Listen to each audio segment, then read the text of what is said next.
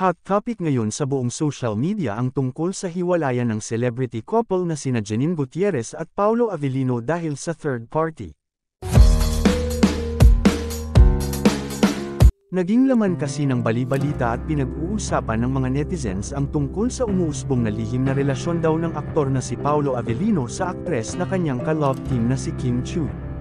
Ayon sa balita ay nauna nang naghiwalay ang magkasintahan na sina Kim Chiu at Sian Lim. Ang tinutulong dahilan sa kanilang hiwalayan ay ang kawalan daw nila ng quality time na naging dahilan para ma-fall out of love daw sila Sian at Kim sa isa't isa.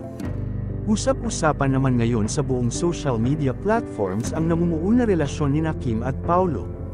Halo-halong emosyon at reaksyon ng mga netizens, madami ang nainis at nayamot. Ang iba naman ay hindi makapaniwala lalo na ang mga solid supporters ng Paonin. Sa ngayon ay wala pang pahayag sina Paolo at Kim patungkol sa pinapukol na isyu sa kanila.